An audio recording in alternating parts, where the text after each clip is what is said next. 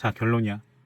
이날, 영날, 12,000에서 15,000 RPM, 초당 피드레이트는 18에서 25mm/s면 거의 대부분의 작업이 가능해. 다만 이런 구멍 같은 거를 비슷한 날로 뚫어야 될 때는 영날로 뚫으면 타니까 이 구멍만큼은 정날로 해. 그리고 이 모서리 커팅을 하면서 끝내잖아. 이 모서리 커팅할 때는 항상 이 목재 두께보다 1mm 값을 더 준다. 끝. 자, 오늘은 엔드밀에 대해서 한번 알아보자. CNC 사용할 때 가장 소모품으로 많이 쓰는 게 엔드밀과 목재 자체란 말이야. 그러면은 일단 엔드밀을 구별하는 방법부터 알려줄게. 일단 우리가 사용하는 엔드밀은 대부분 총 3가지로 나눌 수가 있어. 정날, 영날, 컴프레션 날. 그러니까 정날은 뭐냐면 날을 들은 다음에 시계방을 돌리면은 자 위로 올라가지. 이게 정날. 그리고 날을 들은 다음에 시계방을 돌리면 밑으로 내려가지. 이게 영날. 그리고 이렇게 좀 특이하게 생긴 게 있어. 끝부분은 정날인데 윗부분은 영날. 그러니까 돌리면은 크로스되면서 돌아가지. 딱 봐도 이거는 커팅할 때 좀 더 유리하게 나오기 위한 날이야. 그러니까 이거를 만약에 이런 자재를 자른다고 했을 때 이 밖에 이렇게 선 따라 벡터 따라서 관통해서 자른 걸 보통 프로파일 가공이라고 하거든. 근데 이 프로파일 가공을 할 때 정날로 이걸 따면은 이 윗부분에 나무가 미세하게 버가 생겨. 테이블소 같은 거 잘라보면 이렇게 위에 좀 버 같은 거 생긴 거 봤을 거 아니야. 왜냐하면은 기본적으로 테이블소도 다 정날이거든. 근데 봐봐. 이 영날로 자르면 어떻게 되냐면은 여기는 깔끔하게 나오는데 밑에 버가 생겨. 그래서 누군가 그 생각을 한 거야. 아니 그러면은 통과할 때 여기는 정날, 여기는 영날로 자르면 반대구나. 하여튼간에 정날, 영날 끝부분에 크로스액 일치시키면 둘 다 깨끗하게 나오지 않을까? 라고 생각을 해서 이런 날이 나온 것 같아, 내가 보기에는. 그래서 패스트를 보면은 뭐 폴런지소 중에 앞부분 날 조그만 거 달고 뒤에 큰 원액돔 날 달려있는데 앞뒤 깔끔해 나온다 뭐 그런 얘기 있잖아. 그게 그거야. 영날, 정날 그걸 이용한 거지. 컴프레션처럼. 자, 그러면은 정날, 영날, 컴프레션 날에 대해서 이야기를 했고, 그럼 날 자체에 대해서 좀 설명을 해줄게. 이게 딱 보면은 이 끝부분에 여기 좀 날카롭게 딱 찍어보면 알거든? 근데 딱 보면 이게 한 개잖아, 날카로운 게. 이게 1날, 원날. 그리고 이쪽 보면은 날카로운 게 2개 있지. 이게 2날, 2날 말하는 거야. 3날부터는 여기가 이게 칩이 올라가는 그 경로 같은 건데, 이게 복잡하지만 복잡해질수록 칩이 배출이 잘 안 되니까 부하가 심해지잖아. 그래서 나무는 보통 2날까지밖에 안 쓰고 알루미늄 같은 거 강화할 때 3날짜리 써. 왜냐면 3날이 진동도 덜하고 그래서 연면이 좀 더 깔끔하게 나오긴 해. 근데 우리는 알루미늄은 아직 안 들어갈 거니까 일단 목재 정도로 하고. 그러니까 날이 옆에가 이게 지나간 날이 많아지다 보니까 이 연면이 더 깔끔하게 나온다고 해야 되나? 그래서 알루미늄은 보통 3날로 가공해. 자, 그러면은 날 수에 대해서는 이야기를 했고, 이 다음에는 날 직경. 그러니까 요 날 지름 있잖아, 이거. 드릴 지름이랑 똑같다고 보면 돼. 이거는 3mm고 이거는 8mm거든. 그러니까 날 지름에 대해서는 재보면 아는데 가끔 가다가 원날 같은 경우는 형태가 좀 원날로 이렇게 돌아가다 보니까 이 중간을 대충 재잖아. 그러면은 4mm 날인데 이건 참고로 3.17mm고 4mm 날인데 4로 잘 안 나와. 근데 실제로는 4mm만큼 잘리니까 그것에 대해서는 본인이 분간을 좀 해놔야 되고. 다만 지금 내가 말했던 날 직경에 대해서 좀 유의점이 뭐냐면은 샹크와 날이 관계에 대해서야. 그러니까 얘는 보면은 샹크도 8이고 날이 지금도 8이야. 얘도 똑같이 88이고 얘도 3.17, 3.17이고 얘도 4, 4잖아. 이것도 마찬가지로 4, 4고 다 이렇게 생긴 거 아니냐고 생각할 수 있겠지만 좀 특이한 날이 있어. 샹크가 큰 날. 그런 날 같은 경우는 왜 만드냐면은 일단 해당 날이 좀 단단해. 그러니까 샹크가 예를 들어서 이렇게 4mm 날이 있는데 여기 샹크가 6mm야. 이렇게 두껍게. 그러니까 이런 날을 언제 쓰냐면은 스핀들이 좀 특이한 형태라든가 아니면 트리머나 루터로 사용하는 CNC도 있을 수 있거든. 그런 경우에는 콜렛이 이렇게 종류가 많지가 않아서 6, 8, 10 이런 식으로 간단 말이야. 그럼 어쩔 수 없이 4mm 날을 쓰고 싶으면은 샹크가 6mm인 거에다 껴야 되잖아. 그럴 때 보통 쓰고, 두 번째로 이 샹크가 크면은 런아웃 개념부터 시작해서 여러 가지 물리 법칙에 의거해서 날이 조금 더 단단해. 그래서 솔직히 말하면 큰 날이 좋지. 근데 샹크가 큰 날이 좋다고 똑같아도. 근데 문제가 2가지가 있어. 첫 번째 일단 비싸. 그리고 두 번째 이게 치명적인데 이 날을 통과할 때 18mm 자작나무 합판인데 이거를 원컷을 낸다고 치자? 그러면 문제가 뭐냐면은 이 날은 아마 날장이라는 게 여기서 나오는데 자 봐봐. 날 직경 이게 3mm라 그랬잖아. 그리고 이것도 샹크도 3mm고 근데 이 날이 보면 이렇게 쫙 이어지다가 이쯤에서 끊기잖아. 그러니까 이 날을 구매할 때 재원을 보면은 이게 날장이라고 해서 이 칼이 몇 미리 정도 깊이로 돼 있냐를 얘기하는데 이게 22mm짜리일 거야. 그럼 22mm짜리면은 18mm 통과할 때 별 문제가 없잖아. 그 초반에 얘기했듯이 18mm 자작나무 합판을 커팅을 하려면은 1mm 더 뚫어야 돼. 그러면 결론적으로 19mm가 필요한 거야. 그럼 19mm가 필요하면은 22mm 어차피 3mm 남잖아. 근데 이럴 때가 있어. 22mm 날인데 그냥 어쩌다 보니까 24를 깎고 싶어. 그래서 실제로 재보면은 여기까지도 24가 이쯤에서 끝나거든. 그럼 22mm짜리 날짜를 갖고 있는 날인데 24mm도 커팅 하려면 할 수는 있어. 근데 문제가 만약에 이게 샹크가 6짜리다? 그러면은 보통은 여기서 이렇게 튀어나와 있단 말이야, 6mm가. 그럼 자를 때 칼이 거의 없는 부분, 튀어나온 부분, 2mm 더 큰 부분이 이 모서리 닿겠지? 그럼 아작 나는 거야. 그래서 나는 날장 부분에 샹크 두께, 그러니까 날 두께가 사면은 샹크도 4인 거를 쓰는 걸 추천해. 물론 거기까지 모든 걸 다 감안하고 작업을 하면은 문제가 없겠지만 대부분 다 그런 거 감안 안 하고 하다가 아작 나거든.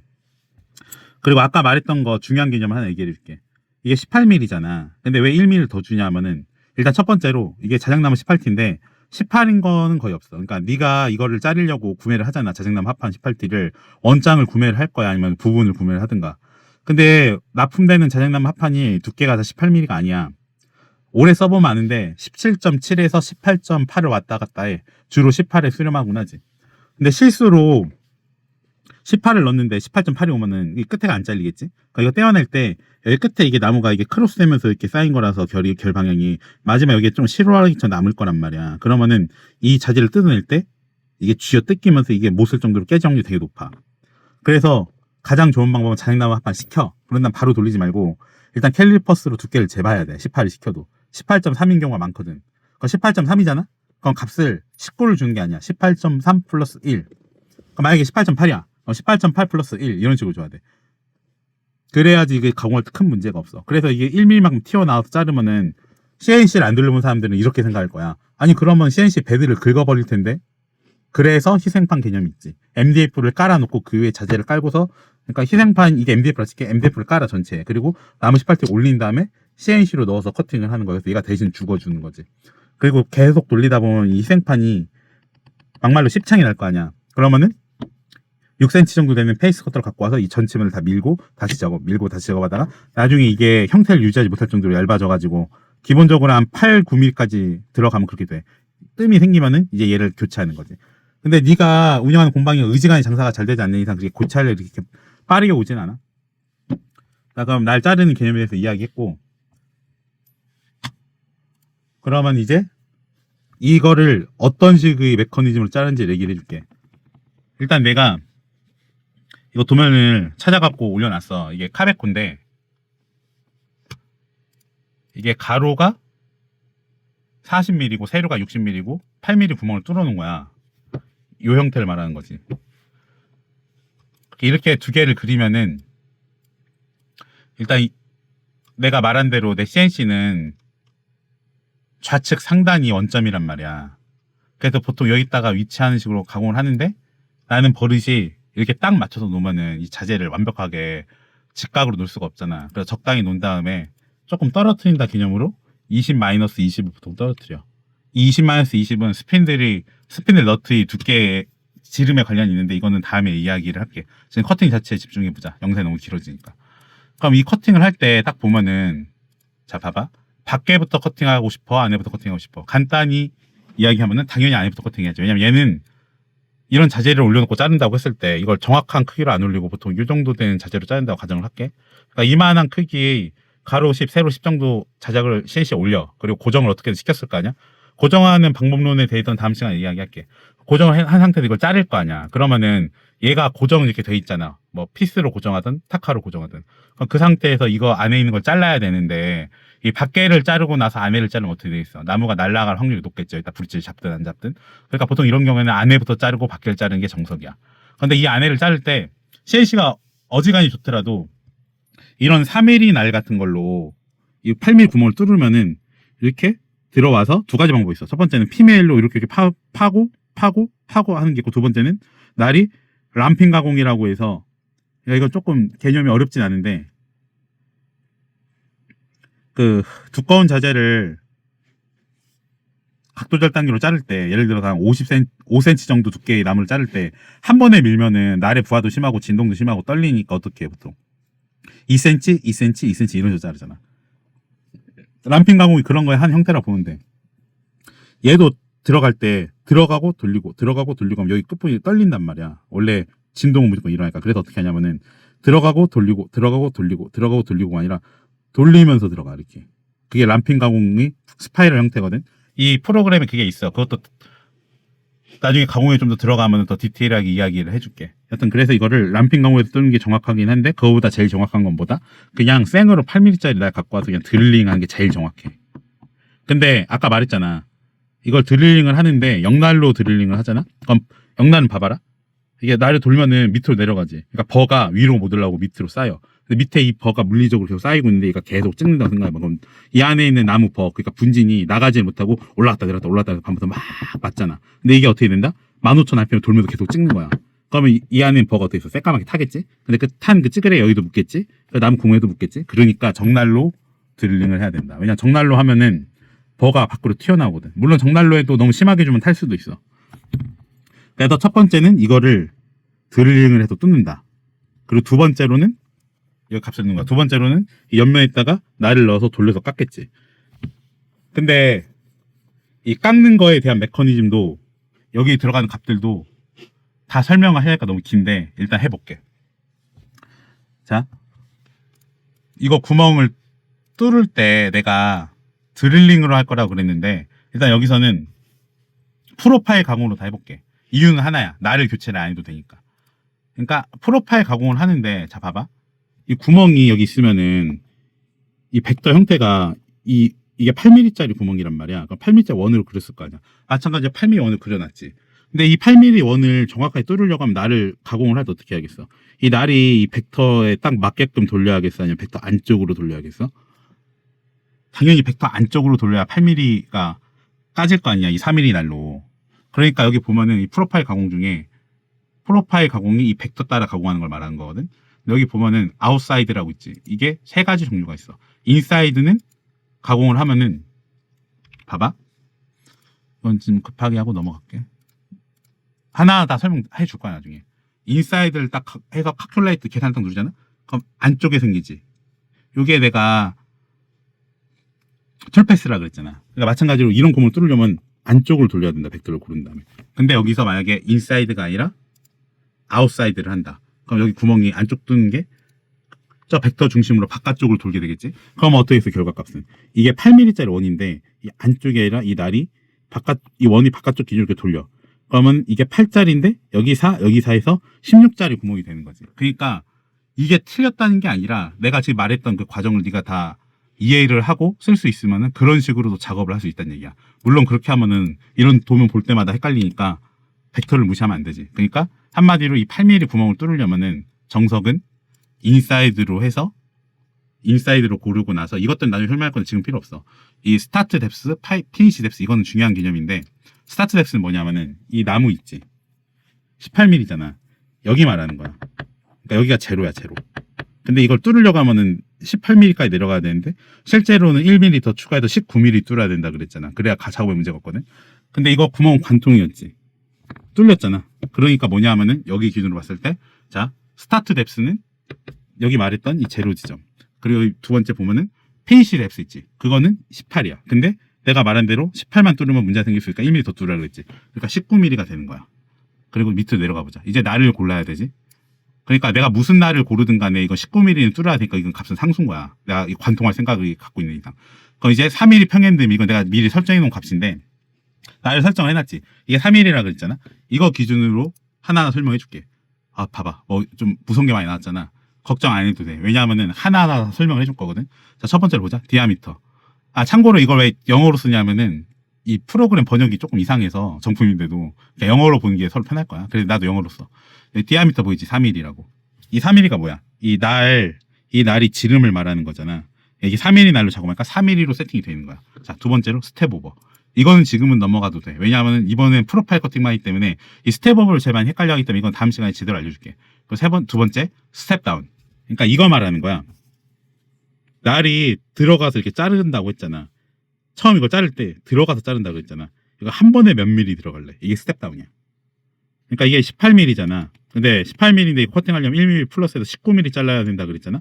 그러니까 이게 들어갈 때 19mm 들어가야 되잖아. 근데 여기 19.2로 돼 있어. 사정상 19.2로 돼 있는데 19.2면 어떻게 되겠어? 이거 자를 때 일단 툴패스 값을 넣으면은 CNC가 돌다가 이 나무 위로 가서 적당한 위치로 여기 와서 이렇게 들어갈 거 아니야. 이렇게 이 들어가는 값이 이 스텝다운이 19잖아. 그러면 한 번에 19mm를 진입을 해서 한 바퀴 돌아서 끝낸다는 얘기야. 그러니까 스텝다운은 한 번에 몇 미리 짜릴래? 그걸 말하는 거야. 자, 그리고 여기 보면은 피드레이트 있지. 이건 뭐냐면은, 자, 스텝다운이 19야. 한 번에 19를 들어갔어. 그런 다음에 이렇게 자르지. 이 자르는 이동 속도를 피드레이트라고 하는 거야. 이동 속도랑은 달라. 이동 속도는 보통 뭘 얘기하면은 안 자르고 스핀들 왔다 갔다 움직이는 속도를 말하는 거고, 이거는 피드레이트는 가공 속도를 말하는 거야. X, Y 가공 속도. 그러니까 봐봐. 이 날이 3일이야. 돌아. 내가 아까 12,000에서 15,000 RPM으로 돈다 그랬지. 그거면 거의 문제 없거든. 보통 15,000 RPM 하지, 이런 거 원컷 하려고 하면은. 15,000원 돈다? 와. 툴패스는 여기 들어간다 그랬잖아, 자르려고. 여기 들어갈 때, 이 옆면으로 이렇게 보면은, 한 번에 몇 미리 들어갈래? 나 원컷 하고 싶으니까 19mm 들어가야 된다 그랬지. 그게 여기 있는 스텝다운 19mm. 그런 다음에 19mm 들어간 다음에 이렇게 돌지. 이 도는 속도, 도는 XY 속도. 이게 피드 레이트야. 그 밑에 플런지 레이트는 뭐냐? 플런지 소 들어봤지, 지금까지 찍는 거. 그러니까 이거 19mm 들어가서 이 도는 속도가 피드 레이트인데, 이 19mm 들어가는 이 속도 있지. 이걸 플런지 레이트라고 하는 거야. 이거를 초당 2cm 속도로 들어가는 거지. 왜냐하면 이게 너무 CNC 작업에 있어서 가장 부하가 심한 게 뭐냐면은, 날이 들어갈 때 제일 부하가 심해. 이 자재도 사실은 따다닥 떨리고 있는 거야, 미세하게. 이 날도 돌면서 떨리고 있는 거, 스핀도 떨리고, 뒤에 전체도 몸체가 떨리지. 그러니까 간단히 말하면은, 이 CNC에 쓸 정도면은 솔직히 목공 작업 많이 해본 사람들이 많이 쓰거든?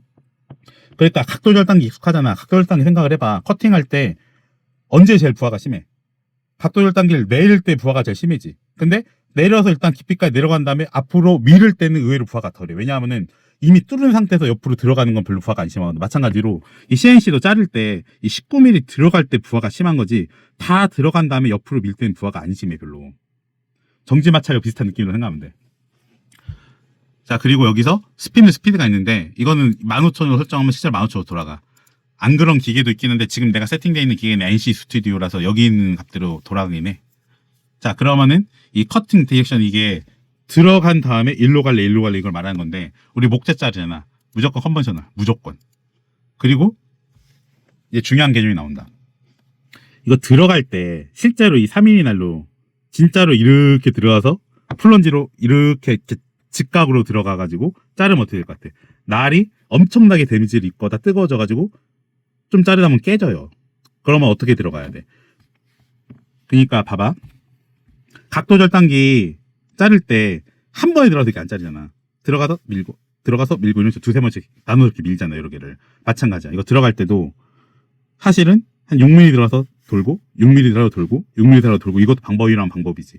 주로 누가 그러냐면은 CNC 기계가 조금 허접할 때, 크기가 작고 무게도 얼마 안 나가고 스피드 파워도 약하고 스텝 모터나 서버 모터도 약할 때, 그럴 때 이렇게 18mm 자를 때 6mm씩 3번 자르지. 몸체가 너무 약하면은, 예를 들어서 TTS 450 많이 선정하잖아, 가성비 좋다고. 그거나 5컷 해야 돼, 6컷이나. 안 그러면 여기 다 떨려. 기계 몸체가 흔들리거든. 그거에 대한 자세한 이야기도 나중에 해줄게. 근데 내가 쓰는 기계는 내가 만들긴 했는데 이거 원컷은 문제없이 된단 말이야. 그러면 한 번에 들어가서 잘라야 되지. 근데 내가 만든 기계가 아무리 좋아봤자 4천만 원짜리 5천만 원짜리 CNC에 비하면 안 좋지. 일단 가볍고, 그걸 통제하는 프로그램도 좀 더 약한 거고, 몸체의 강성도 약하니까. 근데 확실한 거는 5천만 원짜리 이상 기계를 써가지고 이 자작나무 18T 원컷을 한다고 할 때 그냥 들어가서 밀면은 걔도 그거는 여기에 날자국이 남아요. 물리적인 법칙에 의해서. 그러면 이 날자국을 안 남고 들어가는 방법이 뭐냐면은 여기 있는 저 ADD 람핑 무브즈라고 해서 이 가공이야. 아까 내가 이 구멍 뚫을 때 그냥 들어가서 이렇게 할 수도 있는데 그럼 부하 심하다고 그랬잖아. 그래서 어떻게 했어? 돌리면서 들어가면 제일 정밀하게 잘 된다 그랬잖아. 물론 가장 정밀한 건 계속 말하지만 정날에 이 구멍에 맞는 날을 갖고 와서 찍는 게 제일 정확해. 근데 그러면은 문제가 뭐겠어? 이걸 자를 때 이 구멍을 자르기 위해서 8mm 날을 갖고 와서 찍고 나서 외곽선 커팅할 때 날을 교체를 해야 되지.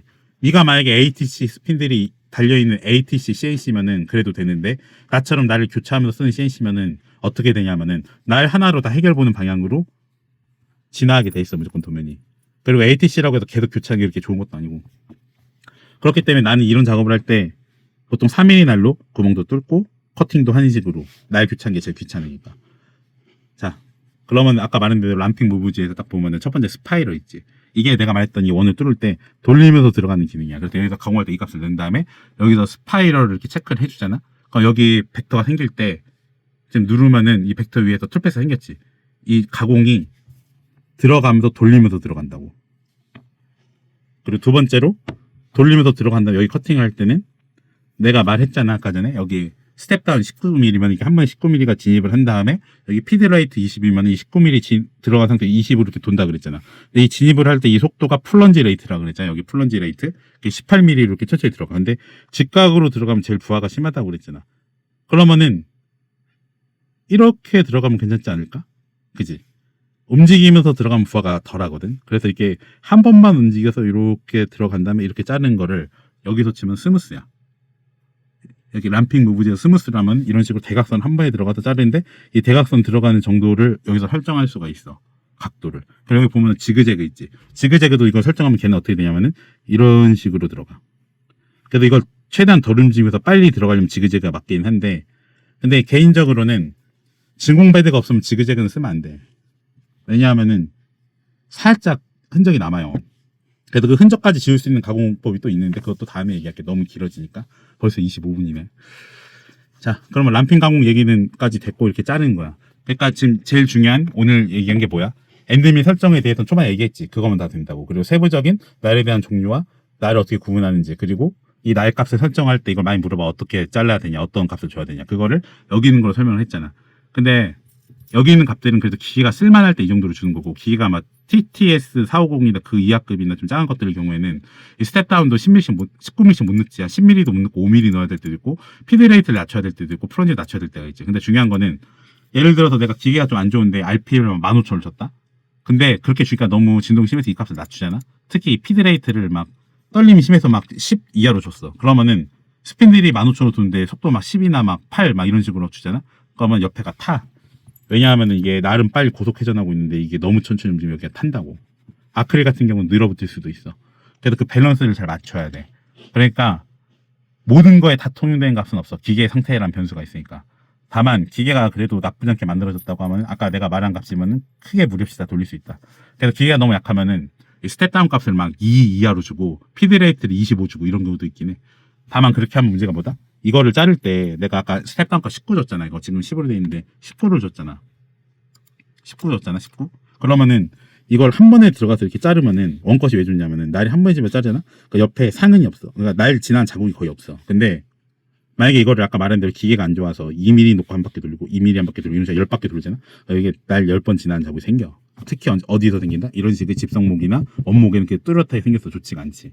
그래서 그걸 없애려면은 마지막에 정삭 가공이라는 개념이 또 있어. 근데 내가 말한 대로 그 작고 약한 기계들은 정삭 가공을 못 한다고 봐야지. 아, 물론 하려면 할 수 있는데 의미가 없다는 거야. 그래서 내가 생각하는 CNC 최소 기준점은 일단 18mm 제작합판이 큰 무리 없이 원컷이 돼야 되고 원장에 올라가야 된다라는 게 기준이야. 그리고 진공벨드에 대해서는 다음에 이야기할게. 진공벨드가 브릿지 안 잡아도 돼가지고 편하다 이런 생각도 많이 하지만 사실은 가공이 품질에도 영향이 좀 크거든. 진공벨드가. 자, 이 정도면 날에 대해서는 다 설명한 것 같고 추가할 내용 있으면 다음에 추가할게. 오늘도 고생했어.